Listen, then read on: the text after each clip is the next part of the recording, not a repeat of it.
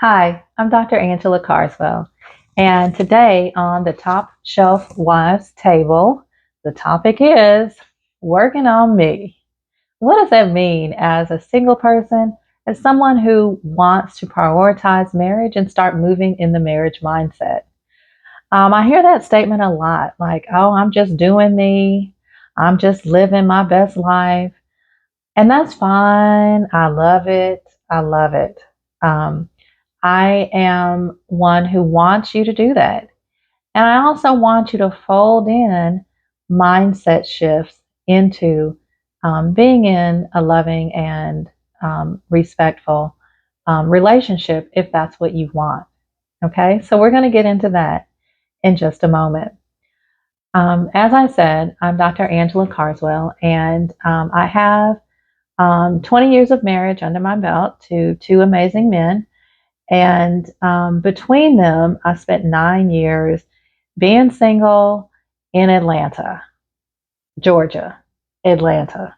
So if you're on Instagram, if you're on any of those social media platforms, if you know people who live in Atlanta, I've heard many times that Atlanta is a hard dating market because of how things are spread out, the mindsets of women and men. Um, I'm just giving you a little background. So, dating for a long time in the Atlanta market. I also have two young adults, 27 and 24. And so they each have had to take some time to do some self awareness checks over the years. And one of the things that I enjoy doing, not just for my personal children, but for a lot of people that I know, is kind of talking with them through the process of how to prepare themselves, how to get ready, how to enjoy dating, how to be successful, to feel successful, to feel confident in that dating space. So, those are the perspectives and the point of view that I'd like to share with you in today's video. So, today we're going to be talking about the idea of working on me. And what that means as you're taking a break from dating, it just doesn't mean curling up, staying by yourself, only having brunches with the girls. It can mean those things, but doesn't only mean those things. So I want you to consider some of the ways that you can, as a single person, prepare yourself as you're shifting into a marriage mindset and still being single. First of all, you want to nurture the spirit. And nurture the spirit includes words of assurance, telling yourself, acknowledging to yourself, um, building confidence in the fact that you understand what you have to give. Okay. Words of assurance to myself might look like, wow, I really did a good job organizing this brunch with my girls. Like everybody had a good time. It flowed smoothly. The communication was good. I thwarted that problem. It didn't like overtake the whole thing and change the vibe. That was good. Like I did a good job with that. Or it could be simply the fact that, you know what? I had a conversation at work and I'm glad I had the conversation at work. This is what I did well with that conversation at work. And I'm glad that I advocated for myself. Although I was very uncomfortable with it and I kind of need to get better with that. Words of assurance is just really allowing yourself to be accountable with yourself in the good primarily. And if it's not as well as you would want, at least have a plan or have some assurance that I'm going to work on it. Okay. So having that for yourself and with yourself is wonderful. It begins to spark confidence in a way that nobody else can for you. Okay. You also want to think about how can I give words of assurance to those around me? Because those are the people that are impactful. How can I do it with my family, with my friends, with my coworker, and even men at large? If I want marriage, I want to be a partner who gives words of assurance to whoever is around me. And that will at some point be my husband. So I want to start doing that with my brother, people that I meet randomly. And of course, your words of assurance aren't going to be deep and meaningful because you just met them. But saying thank you with eye contact, smiling, saying, hey, I didn't notice that. Thank you for pointing that out to me, to a man that I just met. Or, hey, I appreciate you opening the door and holding it while I walked up. I took my time, didn't I? And just kind of laughing about it and kind of being free spirited. But in those small, tiny exchanges, your heart is slowly opening up to the idea of interactions with other people that you're not necessarily familiar with, and you want to kind of be comfortable with that. Okay? So, nurturing the spirit with words of assurance is the first way that you can kind of work on me and prepare for a marriage mindset. The next way is practicing acceptance. And acceptance in this phase of life doesn't mean that you're accepting shenanigans. It doesn't. It means that you're accepting situations that are healthy and safe for your expansion, that you want to experience things that are around you in new ways so that you can get comfortable with them, so that you're not tense, so that you can smile your way through graciously.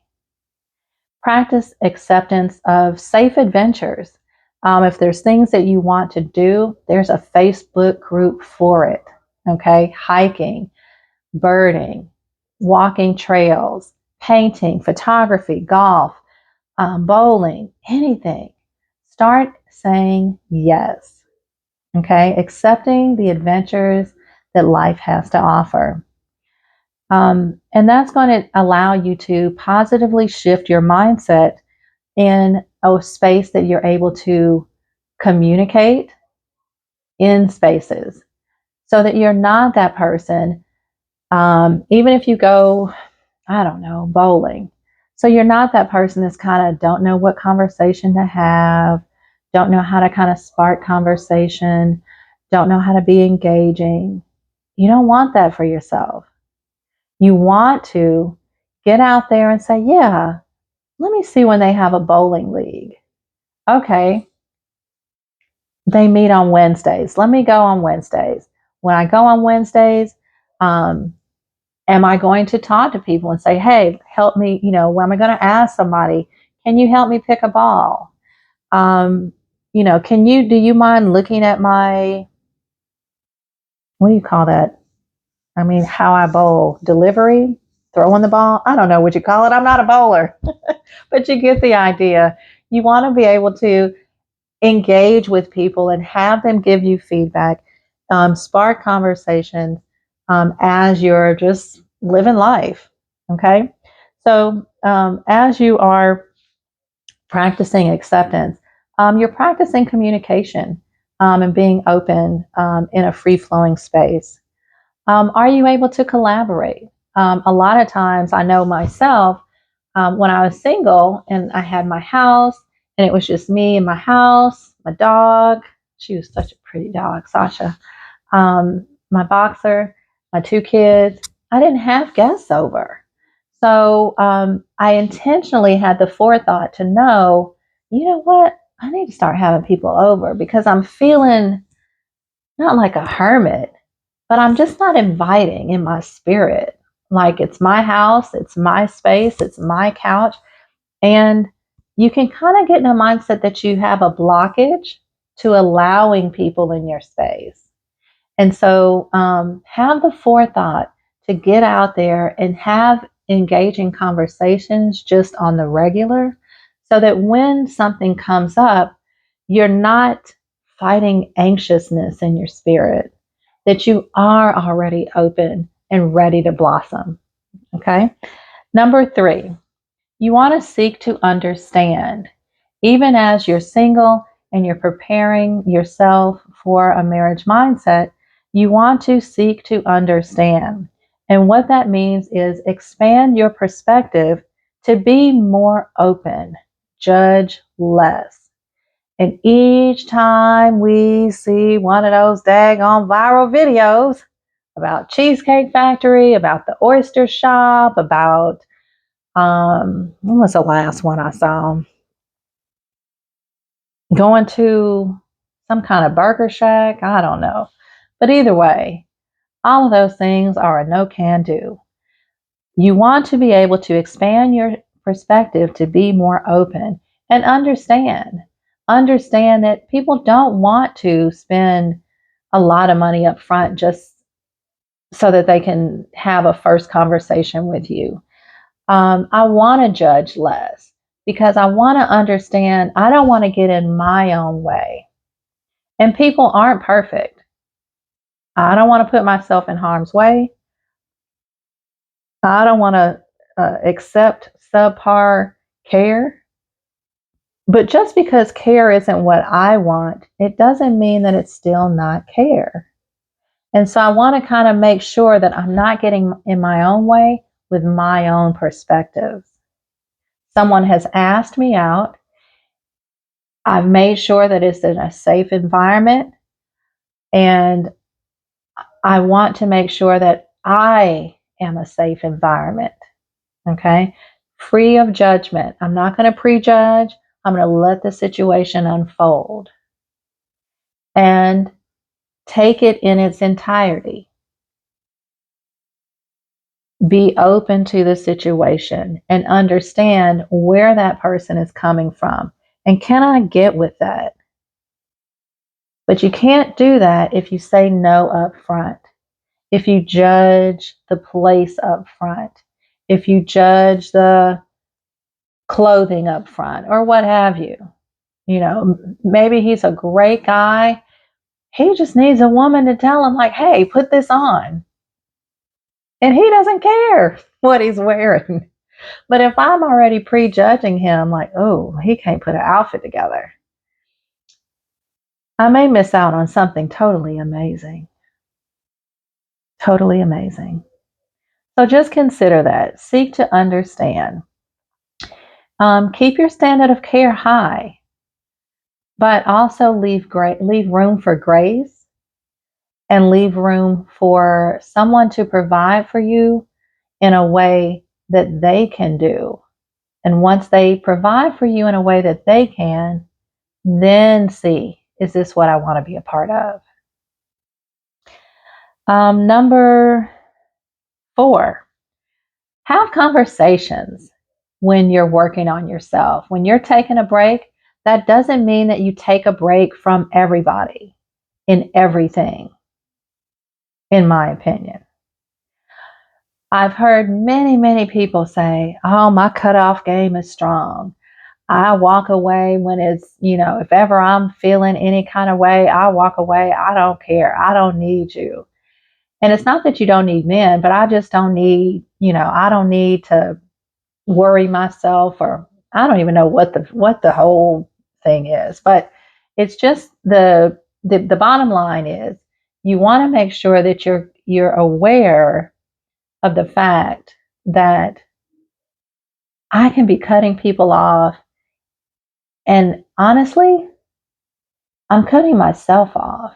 It's hard to build a wall to keep people out, but you're also keeping yourself in. Okay? So we want to just be mindful of having conversations. While I was dating, I dated for 9 years before I got married again. And conversations that I've had, let me just see. I remember I had a conversation about someone's breath smelling. And I had to figure out, okay, how do I want to say this that's in a non-offensive way, that puts him in a position where he may want to investigate and fix it or do something. I've had conversations around um, where to go for a date after the fact. Somebody took me, what was it? There used to be a club called Club Taboo. And I think it was a crab night they had, or some kind of buffet style something. And so I remember the way they had it set up, they had tables on the dance floor, and the dance floor lit up from underneath. And so you had tables on the dance floor and this like buffet style situation in a club. And in my mind, I'm like, oh my God, is this what I'm doing? But I kind of put my initial feelings and practiced some acceptance. I understood, okay, I kind of looked to give him the space to do what he wanted to do for me on that particular date. And then after the fact, I had to think, would I be a party to this long term? Like, is this my idea of this whole situation? And I think we ended up having a conversation about, going forward,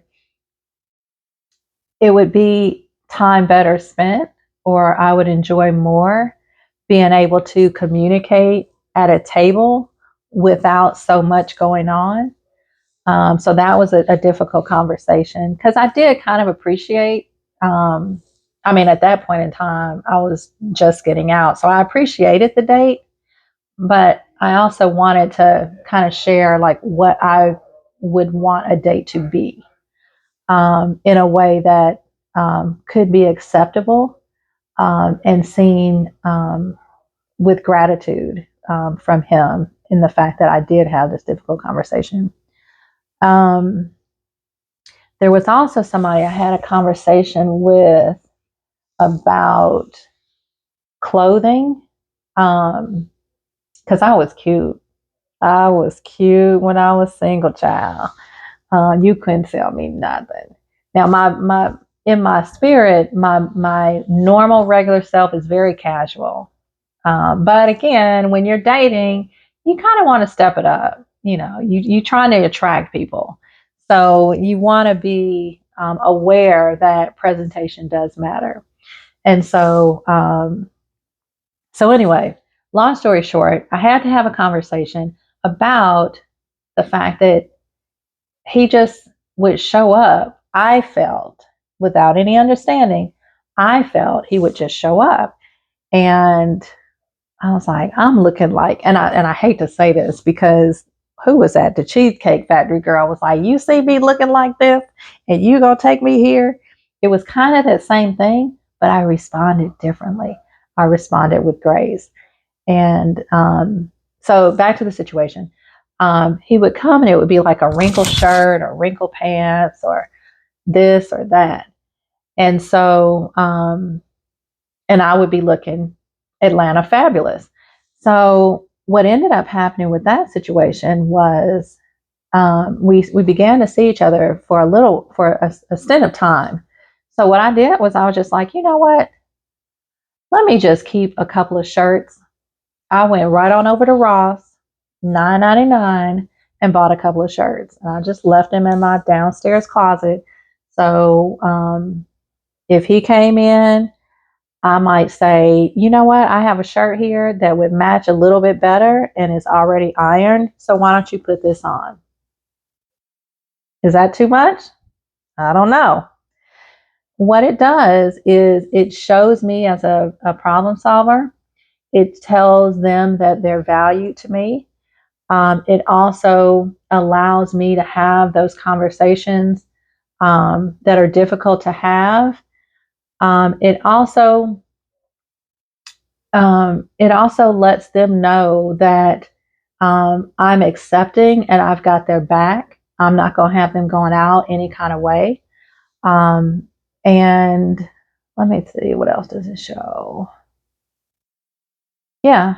Those are kind of the main things. It shows me to be a valuable asset, even as someone who, 2 shirts, $20 plus tax. I'm not opening my purse to pay for food.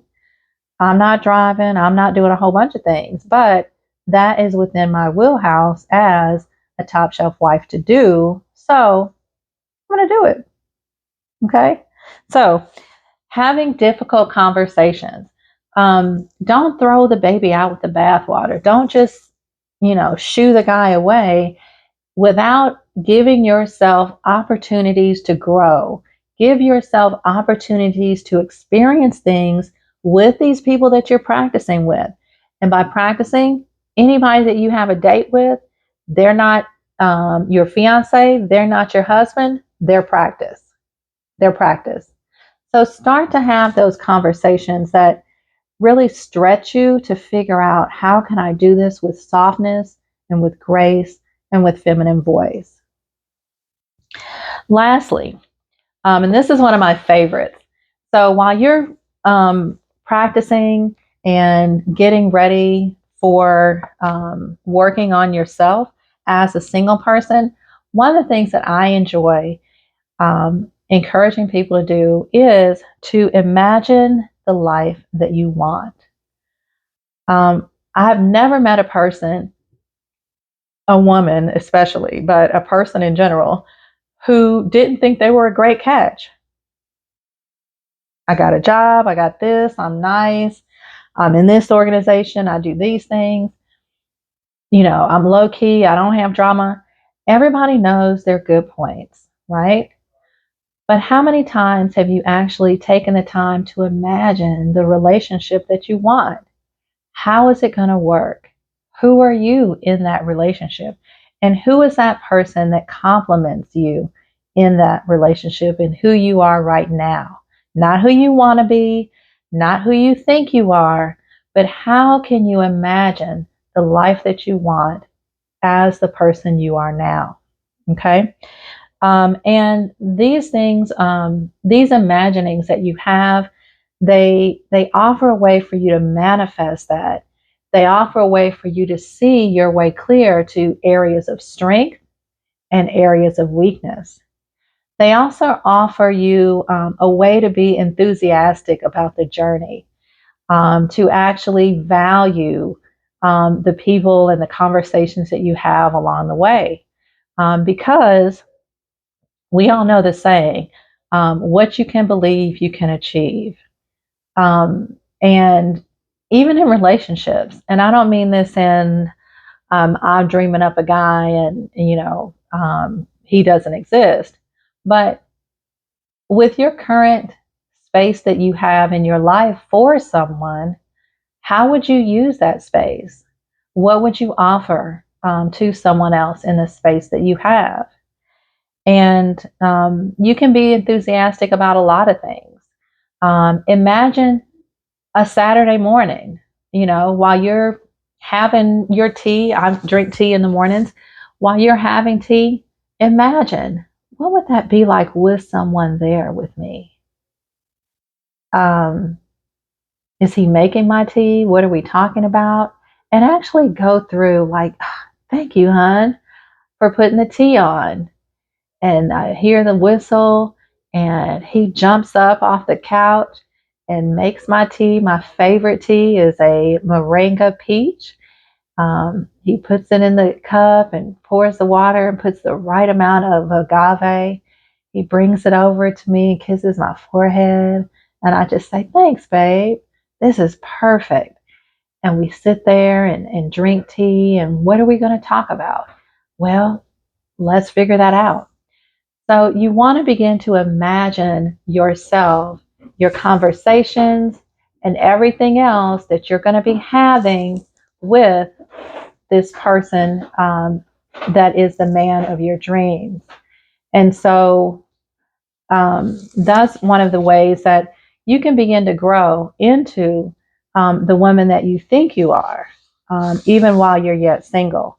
And that's an important one, because we all understand that we're great and we're going to find somebody and they're going to be a magical match. But what does that look like? Until we're in that situation, and before we're in that situation, I suggest you start imagining that. Okay? And that is the fifth thing to do as you're working on me as a single person. If you're interested in more about the topic, The Top Shelf Wife is on Amazon as a paperback, ebook, and Audible. So I hope that you get into it. And while you're waiting, go ahead and subscribe, share with your friends, and set up your notifications. Thank you.